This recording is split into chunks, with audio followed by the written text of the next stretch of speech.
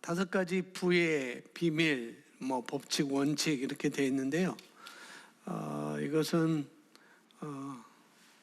그냥 성경 말씀을 설명하는 것보다도 일반 우리가 어떻게 살아야 되는지 그런 사고방식 그런 거기 때문에 제가 이 부분 좀 더 살펴보고 정리를 지금 하고 있습니다. 그래서 우선적으로 그 전에 나오는 말씀에 토대로 해서 기본적인 것들, 원론적인 것을 우리가 함께 살펴보는 시간, 지난 시간에도 그랬었고 이번 시간도 이렇게 보려고 합니다.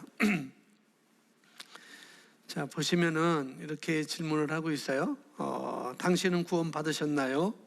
그렇다면 당신에게 있어서 구원은 무슨 뜻입니까?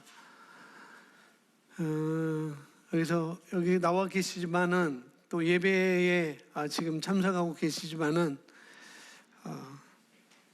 저는 구원 안 받았습니다 라고 하시는 분 손 들어보세요. 없으시나요? 다 구원 받으셨어요? 여러분 다 구원 받으셨다고 이렇게 대답하는데, 그러면은 구원이 무슨 뜻입니까? 구원이 무슨 뜻이에요? 여러분이 받은 구원이 무슨 뜻인지도 모르고 그냥 받으셨나요? 내가 받은 구원이 무엇이지? 그것도 모르고 그냥 받으셨는지 말씀해 주세요. 여러분이 생각하는 구원이란 무엇인가? 구원이라는 거 그냥 제가 말씀을 드려야 될 것 같아요. 그냥 한마디로 정의하면 구원이라는 건 뭐냐면은 여러분들이 필요한 모든 것입니다. 죄에서 구원받고 영생 얻고 천국 가고 그런 것도 되지만은 저와 여러분이 필요한 모든 것, 그것이 바로 구원이라는 거죠. 그렇게 쉽게 생각하면 될 것 같아요. 그래서 이 구원 안에는 보호하심도 있어요. 보호하심. 그래서 나를 보호하심, 나의 보호하심도 있고, 또 마귀에게서 자유함도 있고, 또 이 구원 안에는 우리가 고백하는 것처럼 하나님의 의를 갖는 것도 포함되고 여러 가지가 있겠죠. 재정적으로 부욕해 되는 것도 구원에 속해 있는 것입니다.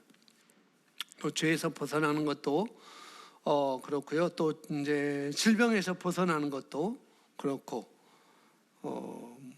그러니까 여러분이 지금 싫은 거 있잖아요. 싫은 거. 그 싫은 거에서 내가 벗어나는 것도 구원 안에 다 있는 거라는 거죠. 그래서 구원이라는 단어가, 그래서 우리가 죄에서만 자유케 되는 것이 아니라 구원에는 이런 의미가 있고 그런 뜻이 있는 것입니다. 구원이라는 거 할 때 헬라어에는 소테리아라고 이렇게 써져 있어요. 소테리아, 구원. 그렇게 되어 있습니다. 그런데 예수님의 이름이 임마누엘 이렇게도 말씀하시고, 또 아들을 낳으린 예수라라고 이렇게 말씀하고, 그것은 자기 백성을 죄에서 구원할 자이다 라고 이렇게 말하잖아요. 예수가 구원할 자다, 그래서 구원자다 라고 말하는데, 구원이라는 것은 헬라어로 소테리아라고 이렇게 말하고 있습니다. 그러니까 예수의 이름이 그러니까 구원이라는 뜻인 것이죠. 이것을 구약식으로 하면은 여호수아, 히브리어로 하면은 여호수아, 짧게만 예슈아가 예수 이렇게 됩니다. 그런데 그것도 구약 히브리어는 예슈아는 구원이라는 뜻이에요. 구원이라는 뜻. 그러니까 여호수아도 구원이라는 뜻입니다. 원래. 그래서 예슈아, 여호수아 이렇게 말을 하고 있거든요. 근데 신약에서는 우리가 예수를 알고 있지만은 그 예수라는 구원이라는 단어가 소테리아라고 이렇게 말을 하고 있습니다. 그래서 근데 그 헬라어는 소테리아라고 이렇게 말하고 있지만은 예수라는 그 말 자체, 예수라는 그런 말은 헬라어가 아니고 그리스어, 아람어였어요. 아람어. 아람어는 지금 사라져서 없는데 그런 이름이 구원이라는 거죠. 그러니까 예수는 구원이라는 것, 그렇게 성경에서 말하고 있습니다. 그래서 우리가 예수의, 그러니까 예수 이름의 권세 이렇게 말하잖아요. 내 이름으로 무엇을 하든지 다 시행하리라라고 이렇게 말한 것을 보면은, 그러니까 우리가 예수의 이름으로 말할 때, 여러분들이 예수의 이름으로 말할 때 다 물러날 수밖에 없다는 거죠. 다 물러날 수밖에 없어요. 그래서 성경의 빌립보서 2장 9절에 하나님께서 그렇게 말씀하시잖아요. 그를 지극히 높여, 예수를 지극히 높여 모든 이름 위에 뛰어나게 하셨다라고 이렇게 말씀하고 있고, 또 에베소서에서는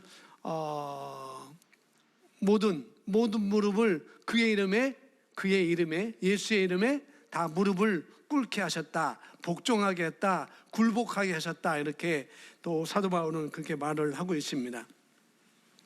그러니까 예수의 이름이 바로 능력인 것을 우리가 알 수가 있죠. 구원이라는 것. 그래서 능력이 뭔지 우리가 알 수가 있습니다. 그래서 구약의 예수와 또 신약에서는 소테리아이지만은 예수의 이름이 헬라어로는 소테리아인데, 왜 소테리아라고 이렇게 왜 신약에서는 그 쓰지 않았는가? 그건 여러분들이 공부하시면 될 것 같습니다. 자, 여러분, 예수 그리스도, 예수님이 그리스도시잖아요. 그래서 그분이 내 안에 와 계십니다. 그래서 내 안에 계신 그리스도라고 이렇게 우리가 말하고, 그리스도를 우리가 받은 것입니다. 예수를 받은 거지만은, 예수를 우리가 영접한 거지만은 우리가 그리스도를 받은 것이고 영접한 거나 똑같다는 것이죠. 그래서 예수 그리스도가 우리 안에 계시는데, 그분의 구원, 예수님의 구원 그 자체라는, 그러니까 예수님은 구원 자체라는 그런 말이 되는 것이죠. 모든 것에, 그러니까 예수님은 모든 것의 구원이라는 것, 그분을 저와 여러분이 영접했어요. 받아들였습니다. 그렇기 때문에 내가 그것을 인식하고 그걸 알고 내가 그의 이름을 내가 사용할 때 다 물러설 수밖에 없다는 것, 다 굴복할 수밖에 없다는 것을 먼저 우리가 아시면 되겠습니다. 이 구원이라는 것 정확하게 알게 되면은 우리가 살아가는 데 있어서 막혀 있는 부분이 뚫려서 그게 재정이든 그게 치유든지 간에 모든 것에서 치유는 분명히 몸으로 나타나게 되어 있고, 재정은 풍요로 우리가 경험할 수가 있게 되는 것이죠. 이 구원이라는 것을 내가 정확히 알고 있다고 안다면 치유도 몸으로 나타나게 될 수 있고, 재정이라는 것도 풍요해지는 것을 우리가 경험할 수가 있다는 것이죠. 그래서 오늘 우리가 여기 제목이 부의 시크릿, 재정의 시크릿 이렇게 되어 있지만은, 뭐 재정에 대해서, 뭐 부에 대해서, 또 내지는 돈에 대해서 얘기는 한 거니까, 먼저 우리가 돈의 목적을 우리가 알아야 되겠죠.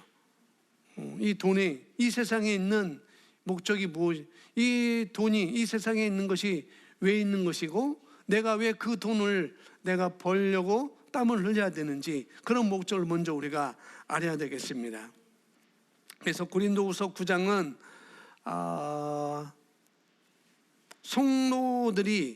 성도들을 섬기기 위해서 헌금을 하게 하는 아주 탁월한 장이 바로 고린도 후서라고 9장이라고 볼 수가 있습니다. 성도들이 성도를 섬기기 위한 헌금을 아주 잘 묘사를 해놓은 성경이에요. 그래서 이것을 이해하시고 이 고린도후서 9장을 읽어보시면은 더 이해가 잘 갈 것입니다. 그래서 재정에 대한 아주 분명한 목적과 내가 왜 돈을 벌어야 되는지, 그 돈을 버는 목적, 이런 것을 여러분이 아실 수가 있습니다. 먼저 6절 보면은 우리가 잘 알고 있는 것, 6절부터 9절 말씀 8절까지 고린도후서 9장 6절부터 8절까지 우리 함께 읽습니다. 이것이 곧 적게 심은 자는 적게 거두고 많이 심은 자는 많이 거둔다는 말이로다.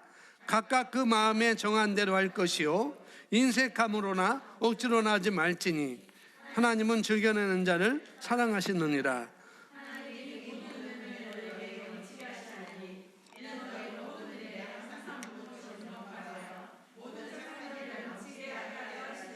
아멘.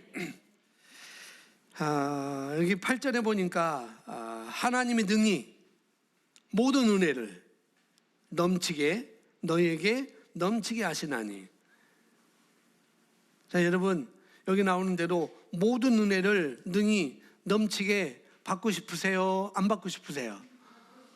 받고 싶죠. 그렇죠. 그러면은 이 구절을 여러분이 잘 읽으셔야 돼요. 6절, 7절, 8절 말씀. 이 구절을 잘 읽으셔야 되고 여기 조건에 합당하셔야 됩니다. 그렇지 않고는 우리가 그것을 누릴 수가 없죠. 내가 은혜라는 것이 무엇이냐? 먼저 우리가 구원이라는 것 그러면 은혜는 무엇인가? 은혜는 쉽게 말하면은 내가 노력하는 것보다 더 이상 얻는 게 바로 은혜입니다. 내가 노력했는데 그 노력한 것보다 더 이상 받는 거, 더 이상으로 받는 거, 그것이 은혜라는 거예요.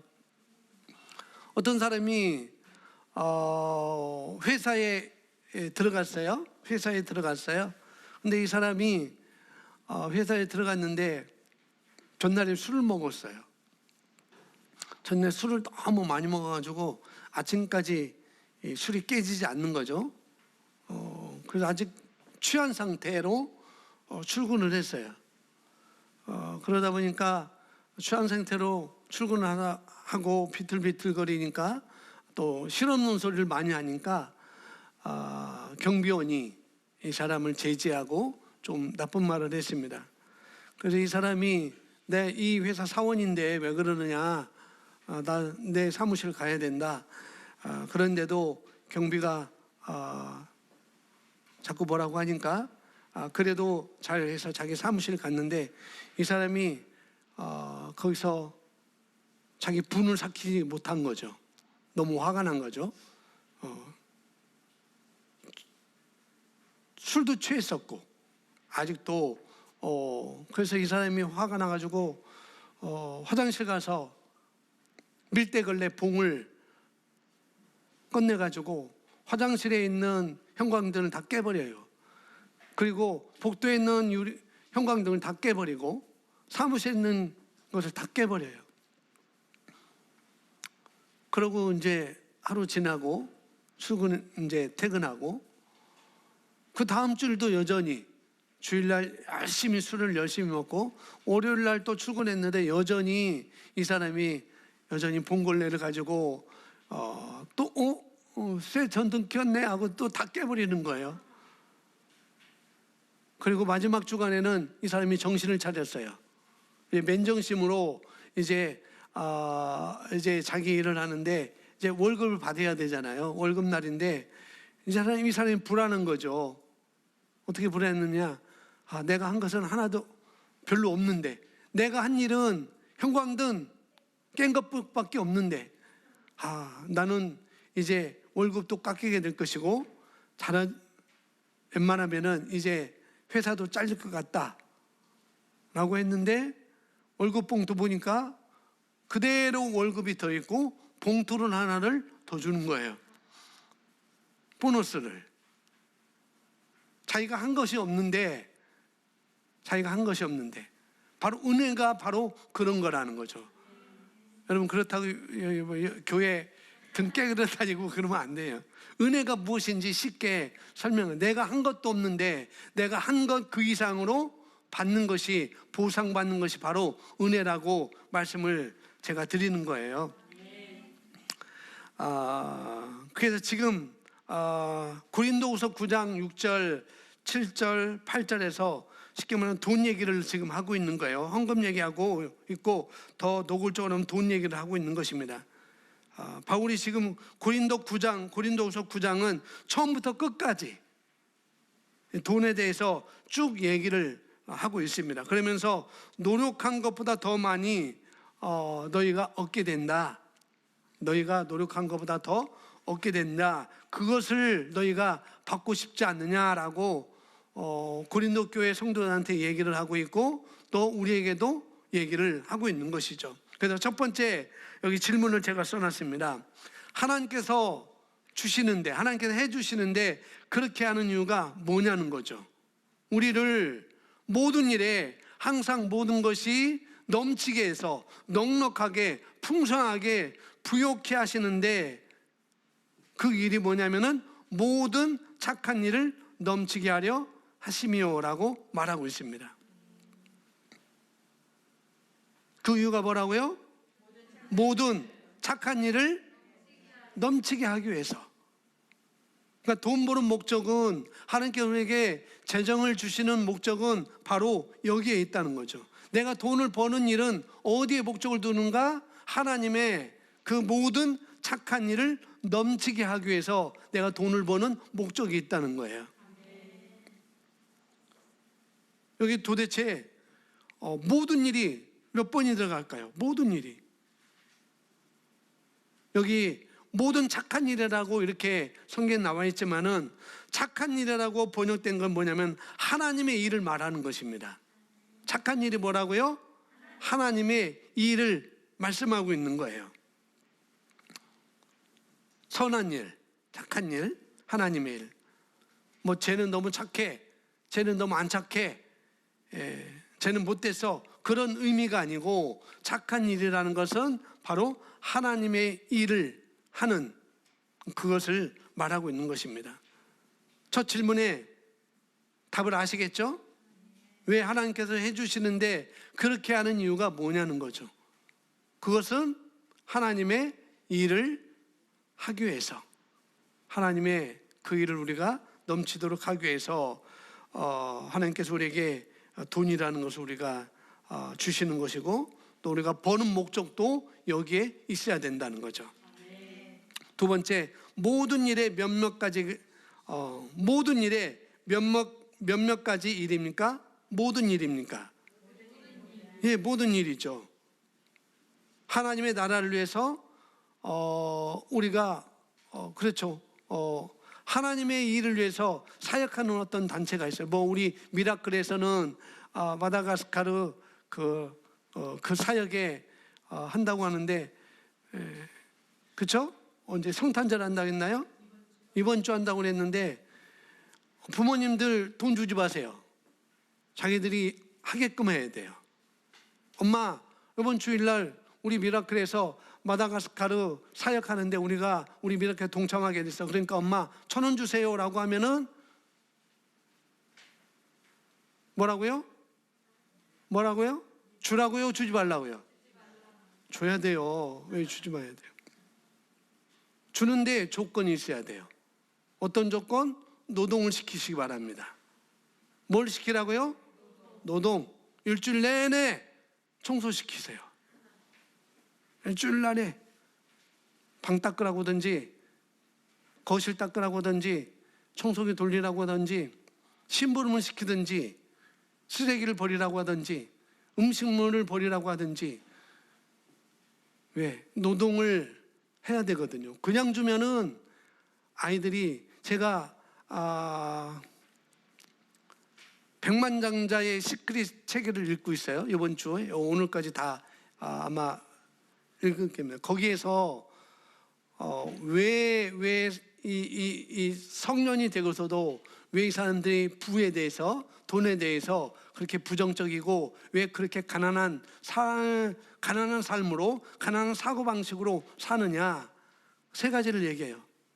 어렸을 때부터 그걸 봤기 때문에, 어렸을 때부터 그렇게 들었기 때문에, 어렸을 때부터 그렇게 경험했기 때문에, 듣고 보고 경험했기 때문에 그 사람은 커서도 가난한 사고방식으로 살 수밖에 없다는 거죠. 그래서 우리 아이들도, 우리 초등학생들, 우리 학생들도 그렇고, 우리 청년들도 그렇고, 그냥 불쌍해서 그냥 주지 마세요. 꼭 조건을 것이기 바랍니다. 그래야 애들이 커서도 그렇게 살 수가 있는 거예요. 자꾸 뭐 해주면은 달라는 대로 여러분들이 손에 돈을 줘주면은 그것이 뭐 되는가? 습관이 돼요. 나쁜 말로 세뇌가 된다고요. 세뇌. 돈만 벌리면은 주는 우리 엄마. 돈만 벌리면 아니고 말만 하면은 주는 우리 엄마. 우리 청년들은 일해야 돼요. 우리 선생님이 그 전에 그런 말을 했어요. 하늘 바라봐라. 하늘에 지금 돈 덩어리가 지금 날아다니고 있다. 제가 그렇지, 돈덩어리 날아다니고 있지 그랬어요. 근데 이번에 책을 읽어보면서 제가 뭐를 갖다가 중고 상거래에 팔면서 주변에 보니까 진짜 돈덩어리가 널려 있더라고요. 돈덩어리가. 그래서 회의 선생님께 제가 카톡 문자 넣었어요. 선생님이 그런 말을 할 때 그냥 나와 거리가 먼 것으로만 생각했었는데, 제가 조그만 물건을 주어서 팔고 깨끗하게 해서 팔고 먼저 내 개인 것을 중고 상거래에 이렇게 팔다 보니까 진짜 돈이 뒹굴어 다닙니다 라고 카톡을 넣었어요. 그러니까 대뜸 뭐라고 할게요? 책이 사람을 만든다. 그 얘기 하시는 거예요. 책이 사람을 만든다. 책이 사람이다. 그 얘기 하는 거예요. 지금 쳐다보면은 돈이 여러분 한 번에 수억 벌려고 하지 마세요. 물론 수억 벌으면 되죠. 우리 아이들은 5,000원, 1,000원, 2,000원 버는 것부터 시작해야 돼요. 그리고 제가 우리 교회 한 가정이 아이들이 그렇게 하고 있다라고 하니까, 목사님 파장이 너무 감사하네요 라고 그렇게 얘기하는 거예요. 얘네들이 자기네 책 팔아가지고 몇천 원 벗고 몇천 원 받고 그런 것을 얘기를 썼어요. 자기 물품을 팔고 몇 가정이 또 그렇게 하고 있습니다. 그러니까 파장이 굉장히 좋다고, 계속 그 일을 아이들이 해나가면은 분명히 아이들은 달라질 거라고 그렇게 얘기를 하는 거예요. 그러면서 뭐냐면은 조건이 있다고 그랬어요. 조건이. 그렇게 하는데 아이들한테도 그렇게 하는데, 그 돈 가지고 다른 거 사는 데 쓰지 말아라.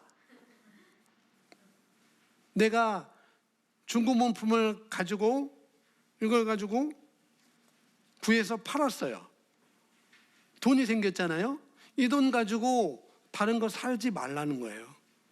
그 돈 가지고 뭐 하는가? 기부를 하라는 거죠. 기부. 안 그러면은 그 돈을 모아서 가족 회식을 하든지.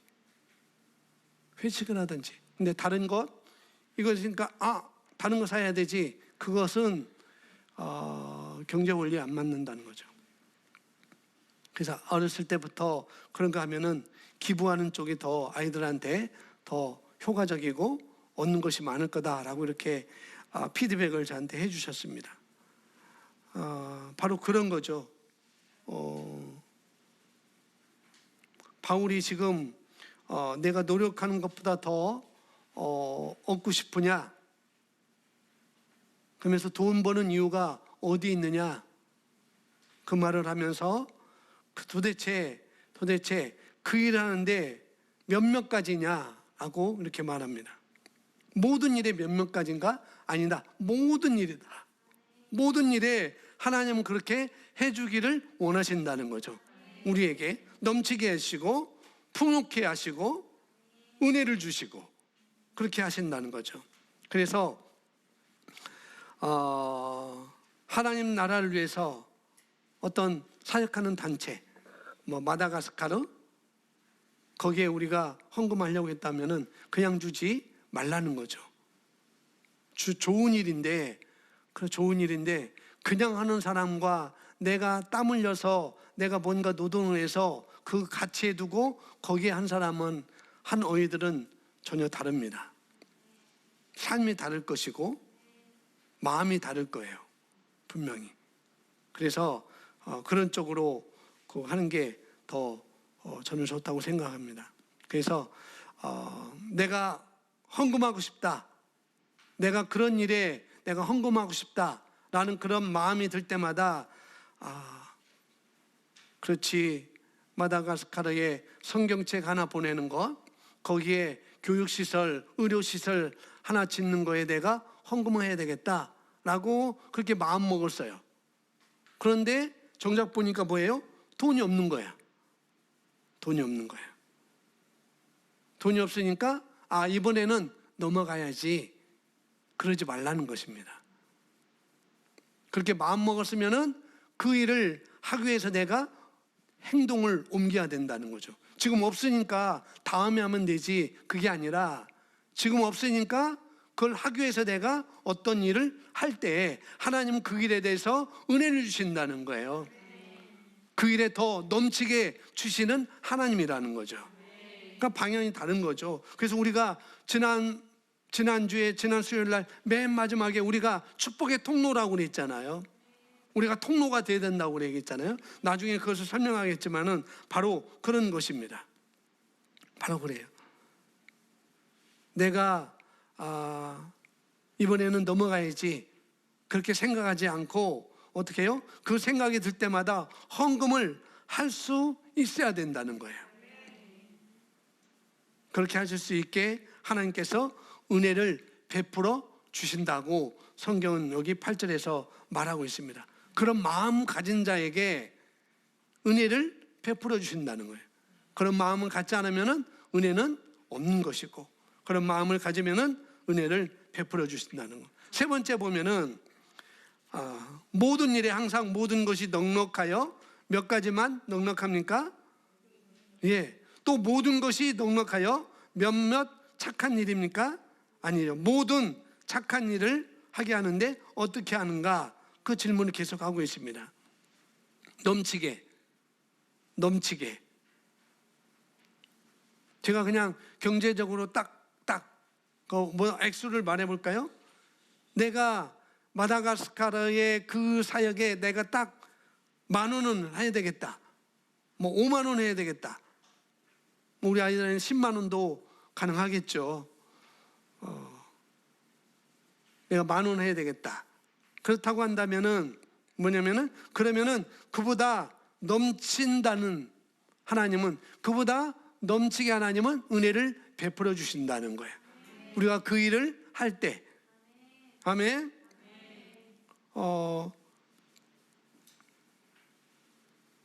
우리가 그런 것들을 많이 경험해 왔잖아요.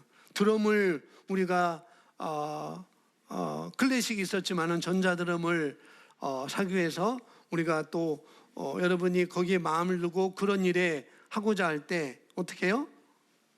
더 넘치게 그 사역에 더 넘치게 일하시는 것을 하나님께서 우리에게 보실 수가, 일하신 거 우리가 볼 수가 있는 것이죠. 바로 그런 것입니다. 우리가 어떤 것을 할 때 그것보다 더 넘치게 하나님은 하신다는 거예요. 여러분 각자에게도. 그래서 이 고린도후서 9장 8절은 바로 그런 말씀입니다. 그래서 여기 보면은 우리는 이렇게 돈 버는 목적을 알아야 합니다. 돈 버는 목적이 무엇인지 알아야 돼요. 이 동기가 되었을 때 하나님께서는 모든 은혜를 넘치게 주신다는 것입니다. 그러니까 동기가 올바라야 이 고린도후서 9장 8절이 우리에게 임하는 거예요. 그대로 나타나는 것입니다. 이런 동기 없이 우리가 해도 물론 복은 있겠죠. 그러나 기준 더 넘치게 하신다고 하셨으니까, 은혜는 그런 뜻이니까 우리가 그런 것을 우리가 기대하면서 우리가 하는 것이 더 좋겠죠. 그래서 먼저 동기가 굉장히 중요합니다. 왜 돈 버는 동기, 왜 돈을 벌어야 되는지, 돈 버는 동기가 굉장히 중요한 것이죠. 그래서 우리가 제대로 된 동기를 가져야 정확한 우리가 마인드로 개선할 수가 있습니다. 동기를 정확히 가져야 정확한 동기로 마인드로 우리가 개선될 수가 있어요. 지난주에 부자 아빠, 가난 아빠에서 그 저자가 100명을 조사해서 했는데 결과가 나왔잖아요. 96%는 그대로였었고 4%만 어떻게 해요? 더 부자가 된 것으로 우리가 지난주에 봤습니다. 그런 설명을 드렸어요. 그러니까 4%의 사람들과 96%의 사람들의 다른 점이 뭔가 그들의 생각 차이였죠. 지혜가 있었고 그들은 지식이 있었습니다. 이 고린도후서 9장 8절의 이 번성함, 이 형통함, 이것이 내가 경제적으로 형통해지는 것도 이것도 우리가 이미 이미 하나님께서 우리에게 다 주셨습니다. 왜요? 예수님은 구원이라고 그랬잖아요. 그 구원 안에 우리의 필요가 모든 것이 있다고 그랬어요. 구원은 나의 필요의 모든 것이라고 그랬습니다. 그러니까 형통함도 이미 우리가 다 받은 것이고 번성도 번영도 우리가 다 받은 거라는 거죠. 하나님께서 이미 우리 영 안에 다 주셨어요. 아멘. 그런데 이미 다 주셨는데 뭔가가 막고 있다는 거죠. 뭔가가 막혀 있어요. 왜 내가 형통함이 없지? 왜 내가 번영함이 없지? 내가 왜 번성함이 없고 내가 왜 부유함이 없지? 이미 다 주셨는데. 그런데 막혀 있다는 거죠. 4%가 아니고 96%에 속해 있기 때문에 지혜가 없는 것이고 지식이 없는 것이고, 그래서 이미 다 주었지만은 지금 왜 그런가? 그것은 왜 지금 왜 안 풀리고 있는 건가? 바로 그것 때문에 그렇습니다. 그것이 뭔지 보겠습니다. 자, 부요가 당신 현실 세계에 들어와 있는 목적은 뭐 부요만 아니겠죠. 우리 현실 세계에 들어와 있는 목적은 고린도후서 9장에 하나님의 일을 하기 위함입니다. 당신은 하나님의 축복의 통로입니다. 여기 제가 통로라고 써놨으면 하나님의 축복의 통로, CCM도 나왔죠. 축복의 통로 CCM도 나오고 그랬는데, 축복의 통로라는 것은 그냥 이렇게 통로를 만든다고 해요. 이렇게 통로가 이게 통로라면은 하나님께서, 이게 하나님이시고 이게 이 통로가 바로 우리입니다. 이게 여러분이에요. 저와 여러분입니다. 하나님 나라는 이 모든 것이죠. 그래서 하나님 나라를 위해서 우리에게 하나님께서 하나님 나라를 위해서 하나님께서 형통케 하고 부욕케 하는데 그것을 하나님이 하신다는 거죠. 누굴 통해서? 통로인 나를 통해서. 그래서 이 통로를 통과하게 되어 있어요. 근데 이 통로가 내가 아니라고 한다면은 나를 통해서는 이것을 넘어갈 수가 없는 것이죠. 그런데 여러분, 이 통로를 통과할 때 그냥 여기 이 통로 안에는 뭔가 남아 있어요. 아세요? 하나님께서 우리를 쓰실 때, 우리를 통로로 쓰실 때 그냥 싹 나는 빼놓고 여기만 다 축복받게 하는가? 아니라는 거예요. 통로에는 뭔가가 남아 있습니다. 부스러기가 남아 있어요. 찌꺼기가 남아 있어요. 제가 찌꺼기라고 표현했지만은 그건 찌꺼기 아닙니다. 그것은 재정의 찌꺼기가 될 수 있고 그것은 돈의, 금의 찌꺼기가 될 수 있어요. 찌꺼기가 아니에요. 그냥 찌꺼기로 했지만은 뭔가 남는다는 거예요. 뭔가 내가 통로로 사용되기만 하면은 다른 사람만 엉뚱하게 축복받고 나는 그러면 허당인가? 아니라는 거죠. 나도 받게 되어 있다는 거죠. 여기에 뭔가 남아있다는가요? 여기에 뭔가 남아있어요. 그것을 여기서 성경에서 말을 하고 있는 거잖아요. 그래서 내가 통로가 되면은 나도 풍성해지고 이쪽도 풍성해지는 것입니다. 나를 통해서 흘러가는 것도 풍성해지는 것이고 여러분도 풍성해지는 거예요. 그런 말을 여기서 하고 있는 것이죠. 그래서 하나님은 어디든지 계시지만은 하나님께서 하나님 나라를 위해서 하나님의 축복을 부어주시기를 원하시는데, 그런데 내가 통로가 되지 못하면 그 찌꺼기는, 그 축복은 남아있지 못하겠죠. 내가 축복의 통로가 안 되니까, 안 하고 있으니까, 못하고 있으니까. 그런 것입니다. 하나님께서는 우리를 통로로 사용하십니다. 통로로 사용하시는데, 그런데 너는 굶어 죽어라 그렇게 하시는 아버지가 아니라는 거예요. 아멘. 그런데 이 통로로 우리가 안 쓰이고, 이런 통로로 내가 쓰여야 되는데, 이런 통로로 내가 안 쓰이고 그냥 나만 먹고 살려고 하는 사람보다, 그런 사람이 있다는 거죠. 나만 먹고 그렇게 잘 살려고 하는 사람보다 통로로 쓰이면 그 사람이 훨씬 더 풍요해지고 부유해지고 축복 가운데 산다는 것이죠. 아멘. 그렇게 번성하게 되어 있습니다. 자, 하나님께서는 신명기 14장에서 너희 소산의 11조에 대해서 말해 주십니다. 자, 신명기 14장을 제가 써놓지 않지만은 너희 소산 그렇게 계속 말합니다.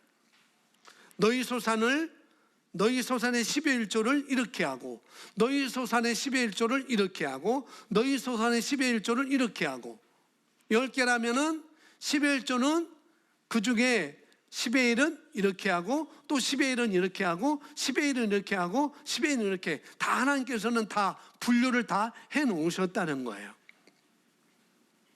그러면서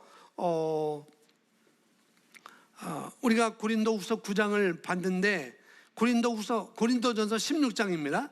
16장인데 여기도 또 고린도후서도 성도들을 섬기기 위해서 헌금하는 것을 말하고 있고, 여기도 분명히 어떻게 해요? 성도를 위한 연보 헌금이라고 명시를 하고 있습니다. 그러니까 성도가 성도를 섬기기 위한 헌금을 말하는 것 같아요. 고린도 교회는 성도들을 위해서, 성도가 성도를 위해서 아주 헌금을 굉장히 많이 잘했던 것을 성경에서 볼 수가 있습니다. 물론 이 사람들은 문제도 많았습니다. 고린도 전서를 여러분 읽어보시면 문제가 굉장히 많은 것을 볼 수가 있어요. 여기 어린애들이 있기 때문에 어떤 문제가 있는지는 구체적으로 설명드릴 수 없지만 상당한 문제가 많이 있었어요, 고린도 교회. 그럼에도 불구하고, 몇몇이 그랬지만은 그럼에도 불구하고 성도를 위한 헌금하는 것, 아주 굉장히 잘했던 것을 사도 바울이 지금 여기서 고린도 전서에서 고린도 후서에서 그렇게 말하고 있고, 또 갈라디아에서도 또 여전히 같이 말하고 있습니다. 근데 여기 뭐라고 그랬냐면은 16장 1절에 이렇게 말하면, 1절 2절 우리 함께 읽습니다. 시작.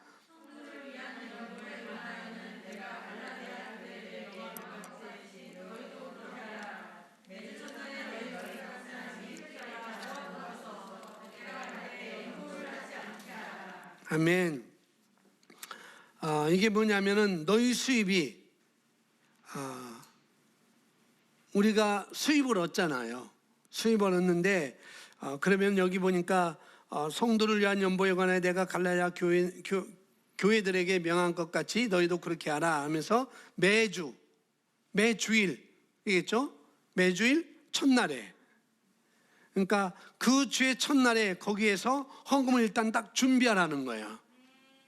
헌금을 그냥 교회 와서 딱 하는 게 아니고 그 주일 첫날에 헌금을, 내 수입에서 헌금을 먼저 준비하라고 말하고 있습니다. 그래서 자기가 번 수입에서 준비를 하라고 이렇게 말하고 있죠. 내가 없는 것을 빚을 내서 준비하는 게 아니에요. 내 수입에서, 내가 번 거에서 그렇게 헌금을 하라고 이렇게 말을 하고 있습니다. 그래서 하나님은 항상 내가 내 수입에서 내 수입에서 이만큼은 10의 1조, 이만큼은 헌금, 이만큼은 또 이렇게 쓰고 이만큼은 이렇게 쓰고 해서 이렇게 소득이 어느 정도 분류를 해서 쓰는 것을 성경에서 구약에서부터 말씀을 해주고 있습니다. 분류를 하는 거죠. 하나님께서 처음부터 우리에게 명하신 거예요. 너희 소산에 10의 1은 이렇게 쓰고 10의 1은 이렇게 쓰고 10의 1은 이렇게 쓰고 10의 1은 이렇게 써라. 왜? 너만 먹기 위해서 그렇게 쓰지 마. 그 말을 하고 있는 거죠. 사도 바울도 똑같이 그렇게 말을 하고 있습니다. 또한 예수님은 10의 1조에 대해 이렇게 말씀하십니다. 누가복음 11장 42절 제가 써놨는데요. 함께 화 있을진저 시작. 화 있을진저 너희 바리새인이여 너희가 박하와 웅랑과 모든 채소의 10의 1조는 들이되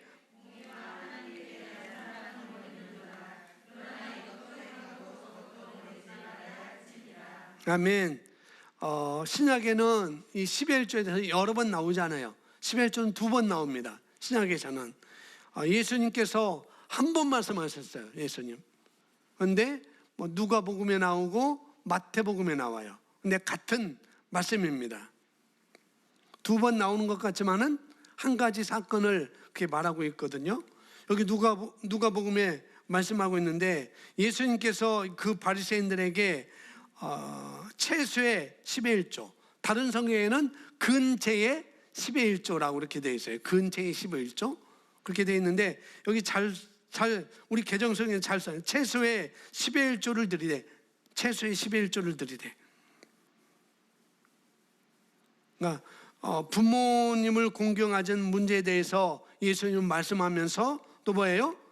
채소의 10의 1조를 드려야 된다. 그렇게 말하고 있습니다. 왜 채소의 10의 1조까지 드리냐면은 다른 말이 아니라 10의 1조, 채소까지 10의 1조를 하라고 이렇게 말을 하고 있는 거죠. 그때 예수님께서는 부모님도 너희가 봉양을 해야 되고 이런 말을 하면서 거기서 또 10의 1조를 해라는 게 목적이 아니라 11조 해야 돼 그런 목적이 아니라 어떻게 예수님은 뭐냐면은 구약 아래 율법 아래 있었는데 10의 1조는 우리가 알기는 10의 1조는 구약에서 말하는 거야, 율법에서 말하는 거야 라고 말하고 있지만은 예수님은 그걸 말하고 있는 게 아니라는 거죠. 이미 율법을 주기 전에 아브라함이 10의 1조를 먼저 드렸습니다. 그러니까 10의 1조는 율법에서 하라 하지 말라 율법이니까 해야 되고 이제 신약은 말 안 했으니까 하지 말아야 된다라고 지금 그렇게 말하는데 아니에요. 율법 있기 전에도 10의 1조는 있었습니다. 그리고 신약에서 10의 1조를 해라는 말은 안 하지만 십자가 이후에 말씀을 봐서 제가 생각할 때는 10의 1조는 아마 최소한인 것 같아요. 최소한 10의 1조 하는 것은 최소 단위라는 거예요. 최소라는 거죠. 최소. 그래서 하나님께서는 10의 1조 하라는 말을 신약에서는 왜 안 했냐면은 지금 너희가 세금 내듯이 10의 1이니까 너희가 세금을 내듯이 10의 1조 하지 말고 나머지는 90%는 다 내 거니까 그렇게 내 마음대로 써야 된다. 그런 의식 가운데 살지 말라고 지금 예수님 그렇게 말씀을 하고 계시는 거예요. 그게 10의 1조 정선이 아니라는 거죠. 세금 내듯이 10의 1을 딱 떼서 내는 것은 그런 10의 1조 정신이 아니라고 주님은 말씀하고 있습니다. 그래서 10의 1조는 최소라고 생각하시면 될 것 같습니다. 돈을 적게 내라는 게 아니고 어떤 것의 최소라고요. 최소. 어떤 분야의 어떤 부분의 최소라고요. 그것을 신명기 14장에서 이것도 하고 이것도 하고 이것도 하고 이것도 하라라고 말할 때 거기서 말할 때 10의 1이 바로 최소라는 거예요. 최소. 다른 것도 최소고 다른 것도 최소. 그렇게 말을 하고 있습니다. 자, 여기 보니까 우리가 돈을 버는 목적은 하나님의 나라를 위해서 쓰기 위함을 알아야 합니다. 계속 말하고 있죠. 돈을 버는 목적. 하나님의 나라가 잘 되게, 하나님 나라에 우리가 그 나라를 위해서 쓰기 위해서 우리가 돈을 버는 거라는 거죠. 또 거기에서 우리가 구별해서 11조, 최소로 11조를 하는 것이고, 또 분류해서 헌금을 하는 것이고, 또 분류해서 구제를 하는 것이고, 또 분류해서 선교를 하는 것이고, 거기에 목적이 있는 것입니다. 그런데 내가 잘 살려고, 분명히 우리는 축복의 통로라고 그랬습니다. 통로라고 할 때 그냥 우리한테는 통로 나에게는 안 주고 그냥 흘러 다 나가게 하는 하나님이 아니라고 그랬어요. 우리도 분명히 축복의 통로이기 때문에 우리도 복을 받는다고 그랬습니다. 그런데 어떤 사람들은 내가 잘 살려고, 나만 유익을 구하려고 하나님의 원리를 이용을 합니다. 이 원리를 이용하죠. 그래도 잘 살게 돼요. 그냥 뭐 세금 내듯이 11조 내는 사람들, 그냥 이게 뭐냐면은 그냥 11조 내라고 그랬으니까 11조 얘기하고 있으니까 11조 내는 그런 하나님의 원리를 이용을 한다는 거죠. 그래도 복을 받아요. 그래도 복을 받았습니다. 왜 그러냐면 이 원리가 지금 유대인들에게도 지금 흐르고 있거든요. 구약에 사는 그 사람들에도 이것은 적용되고 있으니까 예수님 모르는 사람들에게도 그대로 역사를 하게 됩니다. 그런데 우리의 궁극적인 목적, 그것은 우리의 궁극적인 목적은 그게 아니라는 거죠. 그냥 세금 내듯이 우리가 11조 내고 그런 게 아니라는 것입니다. 그래서 우리가 최소한 11조를 우리가 해야 되는 것이고, 일단 제가 시간 나면은 말씀드리겠지만은 11조는 영적인 법칙입니다. 영적인 법칙이에요. 내가 축복의 문을 열어놓는 법칙이거든요. 여러분 11조를 안 하면 축복은 없어요. 축복은 못 받아요. 삶의 축복이 없습니다. 그러니까 11조 안 하면 내가 돈을 못 버는가 보다, 그렇게 생각할 수 있겠지만은 11조 안 해도 돈은 벌 수 있어요. 월급 그대로 받을 수 있잖아요. 그렇죠? 근데 삶의 축복이라고 할 때 꼭 돈만이 아니라는 거죠. 자유함이 없을 겁니다. 그 사람은 분명히 여유가 없을 거예요. 많이 벌어도 여유가 없을 것입니다. 많이 벌어도 자유가 없을 거예요. 그것이 삶의 축복이 없는 거예요. 11조를 하지만은 그러나 이 11조를 우리가 정당하게 정확하게 하지 않고 있다고 한다면 축복의 통로가 안 되는 것이죠. 여러분들 그래서 여기 부의 시크릿, 재정의 시크릿, 거기는 오늘은 바로 11조가 있는 거예요. 11조. 정확하게 하셔야 돼요. 정확하게 해야 되는데 빌려서 하면 안 된다고 그랬어요. 빚을 내서 하면 안 된다고 그랬어요. 빚을 내서. 내가 수입한 것에 대해서 정확하게 11조를 우리가 해야 삶의 축복을 우리가 얻을 수가 있는 것입니다. 아멘. 뭐 여유, 자유 뭐 이런 것만 했지만은 뭐 그게 여러 가지가 있어요. 그게 여러 가지. 뭐 그건 제가 나중에 또 따로 시간을 내서 말씀드릴 기회가 있으면 드리겠습니다. 그런데 우리가 11조를 안 하면서 11조를 안 하시면 11조라는 말이 뭐냐면은 11조가 어떤 대명사가 아닙니다. 11조가 대명사가 아니에요. 여러분 내 수입의 11조 10분의 1이라는 말이 아니에요. 11조는 11조가 어떤 대명사가 아니고요. 그래서 하나님은 하나님 나라에 어떻게 해요? 10분의 1도 내 수입의 10분의 1도 드리지 않는다면, 여러분 수입의 10분의 1도 드리지 않는다면 그 사람은 고인물이라는 것. 마치 이스라엘의 사이바다처럼 받기만 하고 흘러 내보지 못하는 그런 것. 다 썩어버려서 아무것도, 물은 있지만 살 수 없는 것, 삶의 축복이 없는 그런 삶을 살 수밖에 없는 것이죠. 그래서 우리가 12일 조를 정확하게 잘 들으셔야 됩니다. 뭐 우리 성도들은 잘 드리고 계시지만은 우리가 더 생각하셔야 돼요. 4%의 사람이 되기 위해서, 그냥 96% 내가 살기 위해서 하는 게 아니고 4%에 거기에 들어가야 되잖아요. 거기에 들어갈 수 있도록 하나님 우리에게 말씀을 주셨잖아요. 어떻게 들어갈 수 있는지도 분명히 우리에게 말씀해 주십니다. 지금 뭐 11조를 여러분이 지금 못해가지고 허덕거리고 계시다고 한다면, 그러면 그 사람의 재정에 축복은 들어가지 않습니다. 11조. 그래서 11조는 최소한이라고 여러분 보시면 되고, 11조를 하나님 나라에 들어가는데 우리가 쓰는 거라는 거죠. 그래서 돈 버는 목적 우리가 잘 아셔야 되고, 또 거기에 어떤 비밀이 있는지, 축복의 통로라는 것, 통로에 어떤 비밀이 있는지 여러분이 아시고, 오늘 말씀, 지난주 말씀, 오늘 말씀을 다시 한번 여러분 들으셔서 잘 여러분 것으로 가져가시기 바랍니다. 아멘.